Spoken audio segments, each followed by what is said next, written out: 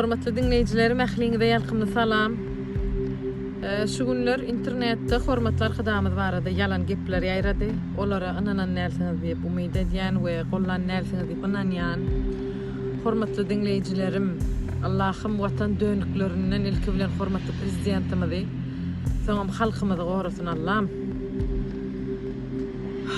İnternet ulgamyna hormatly prezidentimiz barada yaramaz gurrunlar çykdy.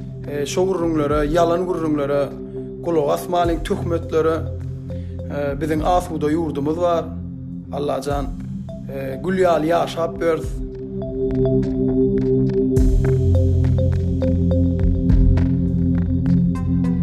Bolbolusuz ýazgylarda Türkmenistanyň prezidentiniň saglyk ýagdaýy bilen baglanşykly bolbolusuz şum habarlar ýazyldy.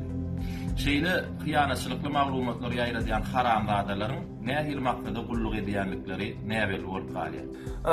Ýankyýaly yalan gurrunlar çykarýan töhmetçilerin ýüzlerini köz gatyrdyn.